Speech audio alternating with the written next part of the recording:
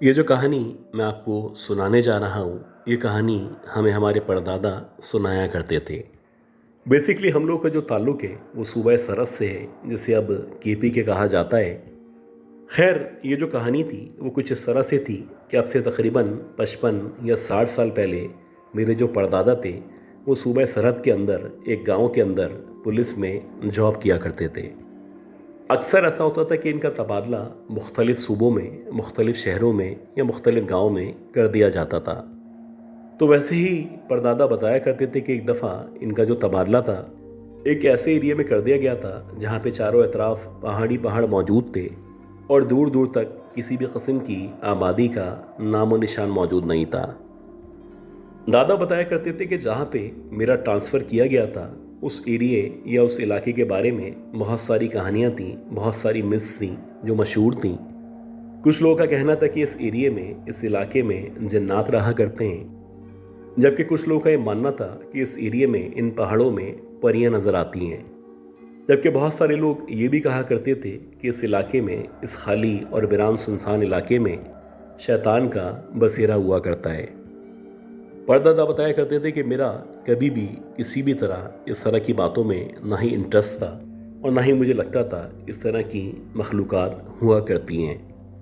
लेकिन कभी कभी आपकी ज़िंदगी में कुछ इस तरह के वाक़यात पेश आते हैं जिनके पेश आने के बाद आपको यकीन होता है कि इस दुनिया में इंसानों के अलावा बहुत सारी नादीदा मखलूक़ात मौजूद हैं। तो वैसे ही एक दफ़ा ऐसा हुआ, मेरा ख़्याल है कि 1971 या 72 चल रहा था और मैं अपने एक सीनियर अफसर के हमरा पेट्रोलिंग पे था। अब जब आपके साथ आपका कोई सीनियर अफसर मौजूद होता है तो आपको ना ही टाइम देखना होता है, ना ही अपनी कोई बात करनी होती है। जैसे आपको कहा जाता है या जैसे आपको इंस्ट्रक्शन दी जाती हैं, आपको वैसे ही काम करना होता है। अब हमारे जो अफसर थे ये बहुत उसूली आदमी थे और इनका ये मानना था कि अगर आपको गवर्नमेंट की तरफ से या सरकार की तरफ से तनख्वाह दी जा रही है तो आपको किसी भी सूरत अपनी ड्यूटी को ईमानदारी के साथ अंजाम देना चाहिए। तो वैसे ही इनकी गाड़ी में जब हम पेट्रोलिंग कर रहे थे तो पहाड़ों पे पेट्रोलिंग करते करते इत्तेफाक से हमारा जो गुज़र था वो एक ऐसी जगह से हुआ जहाँ पे कहा जाता था कि बहुत सारे गार मौजूद हैं। अब जैसे ही हमारी गाड़ी इन गारों के सामने से गुजरी तो हमारे ऑफिसर को ऐसा लगा कि इन गार में से, यानी जो बहुत सारे गार मौजूद थे, इनमें से किसी भी एक गार में से एक औरत और एक बच्ची जो कि मुश्किल से 8 या 9 साल की होगी, वो एकदम से इनको बाहर निकलते हुए नज़र आए हैं। हालांकि जिस जगह पे ये पहाड़ मौजूद थे या जहाँ पे ये गार मौजूद थे वहाँ पे दूर दूर तक ना ही किसी भी किस्म की आबादी मौजूद थी और ना ही किसी भी किस्म की रोशनी का इंतज़ाम मौजूद था। मेरा ये मानना था कि वहाँ पे किसी औरत या बच्चे के नज़र आने का सवाल ही पैदा नहीं होता। लेकिन जाहिर सी बात है वो मेरे सीनियर अफसर थे और मुझे उनके ताबे रहना था। तो मैंने बजाय इसके कि मैं अपनी कोई राय देता या उनका जो भी हुक्म था उसके ख़िलाफ़ जाता, मैंने कहा कि ठीक है सर, अगर आपको ऐसा लगता है तो हम लोग यहाँ पे रुकते हैं और देखते हैं कि आखिर कौन औरत और कौन बच्ची है जो यहाँ पे मौजूद हैं। खैर, जब हम लोगों ने गाड़ी से उतरने के बाद उस औरत और उस बच्ची को तलाश करना शुरू किया तो हम दोनों के हाथ में टॉर्च लाइट्स मौजूद थीं, जबकि हमारी जो गाड़ी थी वो हमसे कुछ फीट के फासले पे स्टार्ट खड़ी हुई थी। यानी कि गाड़ी की लाइट्स की रोशनी में भी हम लोग तलाश कर रहे थे अगर वाकई में कोई लड़की या औरत यहाँ पे मौजूद है तो हमें कम से कम इनकी मदद करनी चाहिए, इनसे पूछना चाहिए कि आखिर ये इतनी रात में इस वीरान जगह पे क्या कर रहे हैं। खैर, इसी तगोदोग में जब हमने उस लड़की और उस बच्ची को तलाश करना शुरू किया तो काफ़ी देर तक हमें उनकी कोई भी निशानी नज़र नहीं आई। बिलाखिर तकरीबन आधे पौन घंटे तक कोशिश करने के बाद जब वो लड़की या वो बच्ची हमें नज़र नहीं आए तो हमने सोचा कि हो सकता है कि ये लोग आंखों से ओझल हो चुके हों। कल दोबारा से दिन के औकात में हम लोग यहाँ का चक्कर लगाएंगे और अगर वाकई में कोई यहाँ पे रहा करता है तो उसके बारे में मालूमात इकट्ठी करेंगे। अब ये सोचने के बाद जो मेरे अफसर थे उन्होंने मुझे इशारा किया जैसे कि गाड़ी के अंदर बैठ जाओ। अब जैसे ही मैं गाड़ी के अंदर आके बैठा तो इससे पहले कि जो मेरे अफसर थे वो गाड़ी के अंदर आके बैठते, मैंने देखा कि सामने की तरफ, यानी जहाँ पे गाड़ी की लाइट्स पड़ रही थी, वहाँ से एक रास्ता आहिस्ता आहिस्ता करके नीचे उतरा करता था। मुझे ऐसा लगा कि वाकई में वहाँ पे एक औरत और एक बच्ची मौजूद हैं जो बहुत तेज़ी के साथ नीचे की तरफ उतरते हुए जा रहे हैं। अब जैसे ही मैंने उस औरत और बच्ची को देखा तो बेसाख्ता मेरी ज़बान से या मेरे मुंह से एक आवाज़ निकली और मैंने अपने अफसर को पुकारा कि साहब जल्दी से यहाँ पे आएं, वो औरत और वो बच्ची सामने जा रहे हैं। अब जैसे ही उन्होंने मेरी बात सुनी तो बजाय इसके वो डिले करते, वो जैसे तैसे भागते हुए जब गाड़ी के अंदर आके बैठे तो जो हमारा ड्राइवर था उसने इस गाड़ी को आगे बढ़ाना शुरू किया। मेरा ख्याल था कि जो ड्राइवर था उसने भी उस लड़की उस औरत को देख लिया था और वो भी मुसलसल उनको फॉलो कर रहा था। हैरान कुन बात यह थी कि हम गाड़ी में मौजूद थे और हमारी गाड़ी उस वक्त भी 100 किलोमीटर तक फी घंटा की रफ्तार से भाग सकती थी। लेकिन जैसे ही हमने उस चट्टान को क्रॉस किया और नीचे की तरफ उतरना शुरू किया तो अब लग रहा था जैसे दूर दूर तक ना ही वो लड़की मौजूद है और ना ही उसके साथ वो बच्ची नज़र आ रही है। हालांकि मैंने अपनी आंखों से देखा था कि वो औरत और वो बच्ची मेरे सामने सामने नीचे की तरफ उतरना शुरू हुए हैं। ज़्यादा से ज़्यादा इन 15 या 10 मिनटों में उनको कुछ कदमों का या कुछ फीट का फासला ही तय करना चाहिए था, लेकिन हैरान कुन तौर पे ना ही वो नज़र आ रहे थे और ना ही उनके कदमों के निशानात मौजूद थे। एक अजीब सी कैफियत थी और मुझ समेत मेरे अफसर भी मायूस हो चुके थे और हम लोग सोच रहे थे कि आखिर हमारे साथ ये हो क्या रहा है। इसी दौरानिए में एकदम से मैंने देखा कि मेरे अफसर ने सामने की तरफ इशारा किया। अब जब उन्होंने सामने की तरफ इशारा किया तो मेरे साथ साथ जितने भी लोग थे सारे के सारे लोगों ने जब उस तरफ देखा तो हमें ऐसा लगा कि वही औरत और वही बच्ची एकदम से सामने नमूदार हुए हैं और वैसे ही उन्होंने नीचे की तरफ चलना शुरू कर दिया है। अब दूर से देखने पे ऐसा लग रहा था जैसे वो चलते हुए नीचे की तरफ उतरते चले जा रहे हैं, लेकिन जैसे जैसे हमने उनको फॉलो करना शुरू किया तो अब लग रहा था जैसे उनके जो कदम हैं वो ज़मीन पे मौजूद नहीं है बल्कि ज़मीन से कुछ ऊपर की तरफ इनके पाँव मौजूद हैं और ये दोनों बजाय चलने के ऐसा लग रहा था जैसे हवा में उड़ते हुए आगे बढ़ते चले जा रहे हैं। जो कुछ हमने देखा था या जो कुछ हमारी आंखों के सामने मौजूद था इस पे ना ही यकीन करना मुमकिन था और ना ही इसका हकीकत से कोई ताल्लुक़ लग रहा था। लेकिन अजीब बात यह थी कि एक ऐसी हकीकत थी जिसको आंखों से देखने के बावजूद हमारे लिए तस्लीम करना नामुमकिन था। इतना कुछ देखने के बावजूद जो मेरे अफसर थे वो अभी भी इसरार कर रहे थे कि हमें इस औरत और इस बच्ची को फॉलो करना चाहिए। और ऐसा ही हुआ कि तकरीबन 15 या 20 मिनट तक हमारी गाड़ी मुसलसल उस औरत और उस बच्ची के पीछे चलते रहे।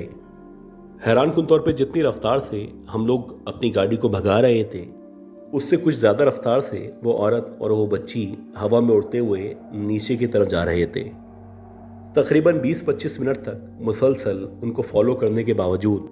ना ही हम लोग उन तक पहुंच सके और ना ही वो लोग हमारे सामने आ सके। खैर कुछ देर के बाद जब मायूसी बढ़ चुकी थी तो हमारे ड्राइवर ने गाड़ी को वापस हमारे एरिए या थाने की तरफ घुमाना शुरू कर दिया। जैसे तैसे करके जब हम लोग वापस अपने ऑफिस पहुंचे तो हम जितने भी लोग थे सारे के सारे लोगों को ना सिर्फ बुखार हो चुका था बल्कि ऐसा लग रहा था कि हम लोग अजीब गुनूदगी के आलम में हैं। एक अजीब सी भारी सी कैफियत थी और एक अजीब सा खौफ था जो हम सब के दिमागों पे, हम सब के जहनों में मुसलसल तारी हो चुका था। यह वाक़या गुजरने के काफ़ी अरसे बाद तक न सिर्फ हम लोग इस वाक़े को याद करके डरा करते थे बल्कि हम लोग ज़रूर डिस्कस करते थे कि आखिर वो औरत और वो बच्ची कौन थे जो इतने सुनसान इलाके में,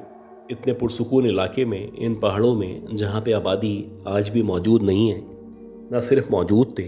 बल्कि बाकायदा हवा में उड़ते हुए नीचे की तरफ जा रहे थे।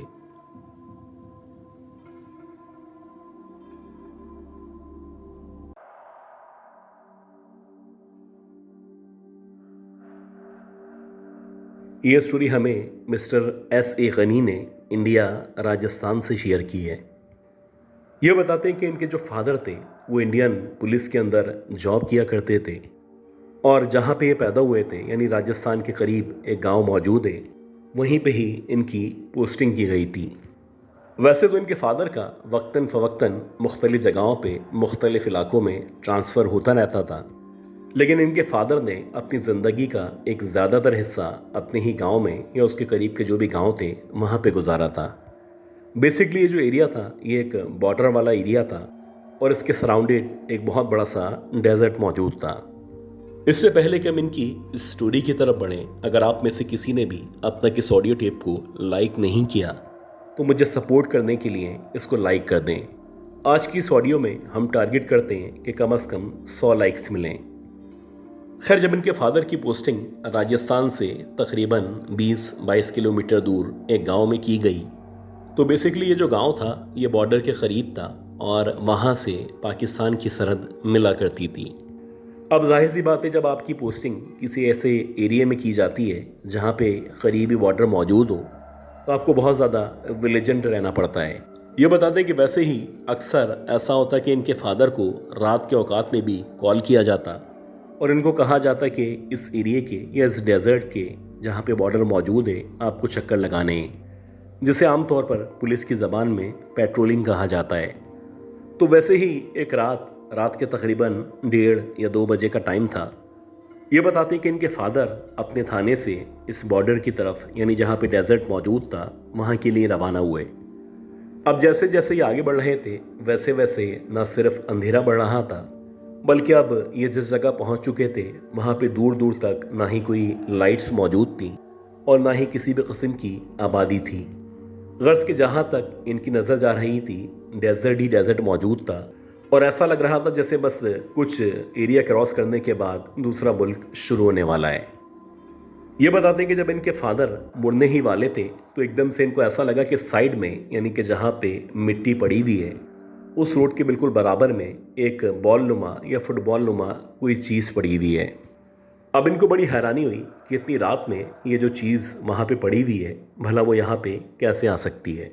खैर, सबसे पहले इस चीज़ का ये जो कुछ मौजूद था इसका तयन करना था। तो इन्होंने अपनी गाड़ी की जो लाइट्स थी जब उस तरफ मारना शुरू की तो गाड़ी की हेडलाइट्स में इनको ऐसा लगा कि एक औरत का सर है जो वहाँ पे पड़ा हुआ है। पहले इनको ऐसा लगा कि शायद इनका वहम है, लेकिन जब इन्होंने या इनके साथ जो भी स्टाफ मौजूद था, सारे के सारे जो भी लोग थे, उन सब ने देखा तो उनको यकीन आ गया कि वाकई में वहाँ पे एक औरत का सिर्फ सर पड़ा हुआ है। अब जब ये लोग गाड़ी से उतरने के बाद उस सर के पास आए और उसका मुआयना किया तो ऐसा लग रहा था कि अभी कुछ देर पहले या ज़्यादा से ज़्यादा 1 दिन पहले इस औरत के सर को इसके तन से जुदा किया गया है। कुछ अजीब तरीके से उसके चेहरे पे हवाइयाँ मौजूद थीं, जैसे कि जब उसको कत्ल किया गया था या उसके सर को उसके तन से जुदा किया गया था तो यकीनन ये जो औरत थी ये परेशान थी, आओ बका कर रही थी और यकीनन ये लोगों को मदद के लिए पुकार रही थी। हैरानकुन तौर पे इस औरत के जो सर पे बाल मौजूद थे वो बहुत बड़े बड़े बाल थे और ऐसा लग रहा था जैसे इसने बहुत सालों में या बहुत अरसे में इतने ज़्यादा बाल बढ़ाए होंगे। खैर, काफ़ी देर तक जब इन्होंने इस सर का मुआयना किया तो उसके बाद इन लोगों ने यही बेहतर समझा कि इस सर को लेके फ़िलहाल थाने जाना चाहिए और वहाँ पे जाके जो भी रेलेवेंट इदारा है या जो भी रेलेवेंट सीनियर्स हैं उनको किसी भी तरीके से इन्फॉर्म करना चाहिए। जो भी पुलिस का प्रोसेस होता है इसके बाद उसको ट्रिगर होना था और पुलिस के प्रोसेस के बाद मज़ीद इसकी इन्वेस्टिगेशन होनी थी। खैर, जब इस सर को लेके थाने पहुंचा गया तो वहाँ पे जाके जब इसको फर्दर देखा गया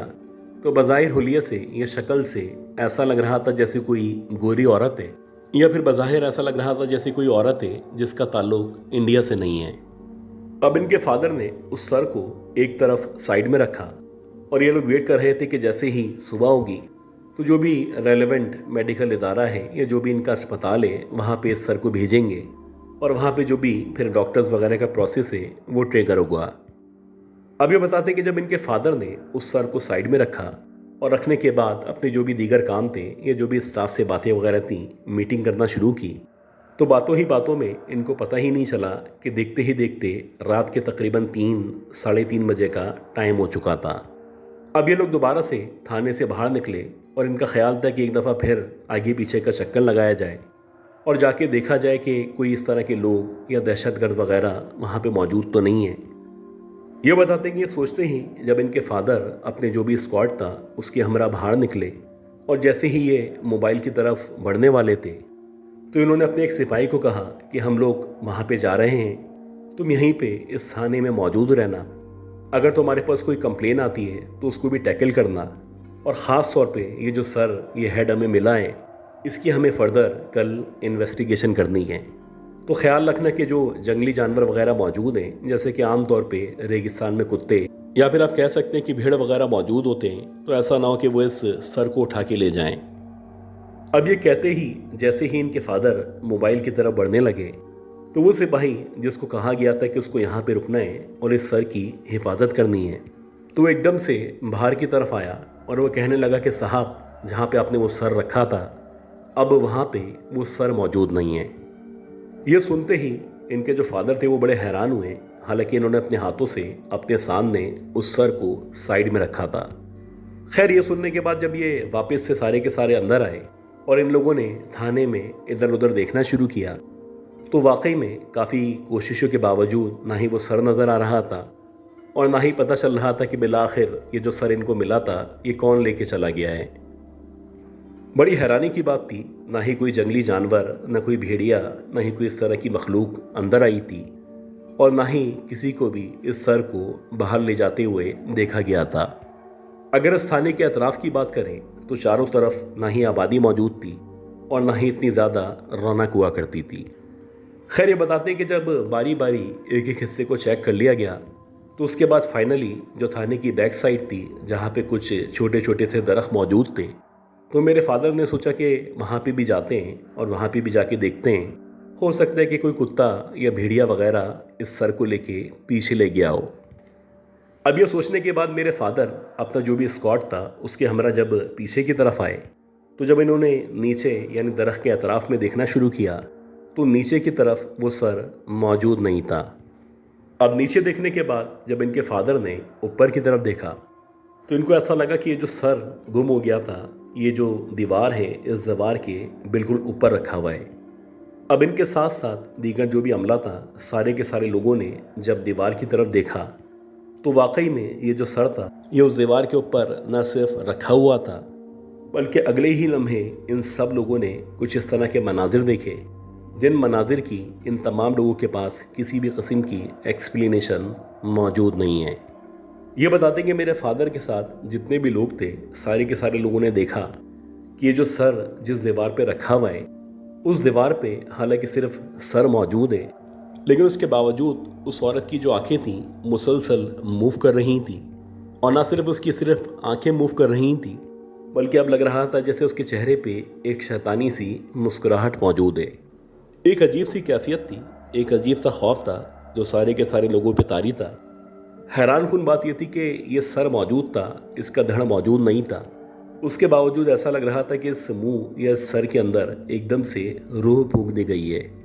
कुछ अजीब तरीके से वो औरत ना सिर्फ हम सबको देख रही थी, बल्कि देखते ही देखते उसकी जो आंखें थीं, ऐसा लग रहा था एकदम से ऊपर चढ़ना शुरू हो चुकी हैं। और ऐसा ही हुआ कि कुछ देर के बाद इसकी जो आई बॉल्स थीं मुकम्मल तौर पे सफ़ेद हो चुकी थीं, और ये जितने भी लोग थे जो कि वहाँ पे मौजूद थे, सब ने अपने अपने रिलीजन्स के मुताबिक कुछ ना कुछ पढ़ना शुरू कर दिया था। इनके फादर तमाम स्टाफ को लेके थाने के अंदर दाखिल हो गए और सबको सख्ती से हिदायत की कि जब तक सुबह नहीं हो जाती, किसी भी सूरत हमें आज बाहर नहीं निकलना है। ये जो भी मामला है ये कम से कम इंसानी नहीं है, यकीनन कोई ना कोई शैतान है जो इस मामले के पीछे मौजूद है। खैर, जैसे तैसे अल्लाह अल्लाह करके जब फजर की अजान हुई, यानी कि जब सुबह की नमाज का टाइम हुआ और आहिस्ता आहिस्ता करके उजाला होना शुरू हुआ, तो उसके बाद इन लोगों ने जब दोबारा से उस दीवार पे या सराउंडेड एरिया में उस सर को तलाश करना शुरू किया, तो ना ही वहाँ पे कोई सर मौजूद था और ना ही उसकी कोई निशानी मौजूद थी। हाँ, अलबत्ता इन लोगों का कहना था कि जब शुरू में ये लोग जहाँ से सर को लेके आए थे और जहाँ पे सर को रखा गया था, उसके अतराफ़ में या उसके करीब करीब बहुत सारा खून लगा हुआ था, और ये इस बात की निशानी था कि इस औरत को 1 या 2 दिन पहले कत्ल किया गया था। ये बताते कि मेरे फादर ने जब तक उस पुलिस के अदारे में या उस महकमे में जॉब की, ये उनके साथ या उनका जो भी स्टाफ था, उन तमाम लोगों के साथ एक ऐसा वाक़या था जिसको ये अपनी ज़िंदगी में कभी भी नहीं भुला सकेंगे।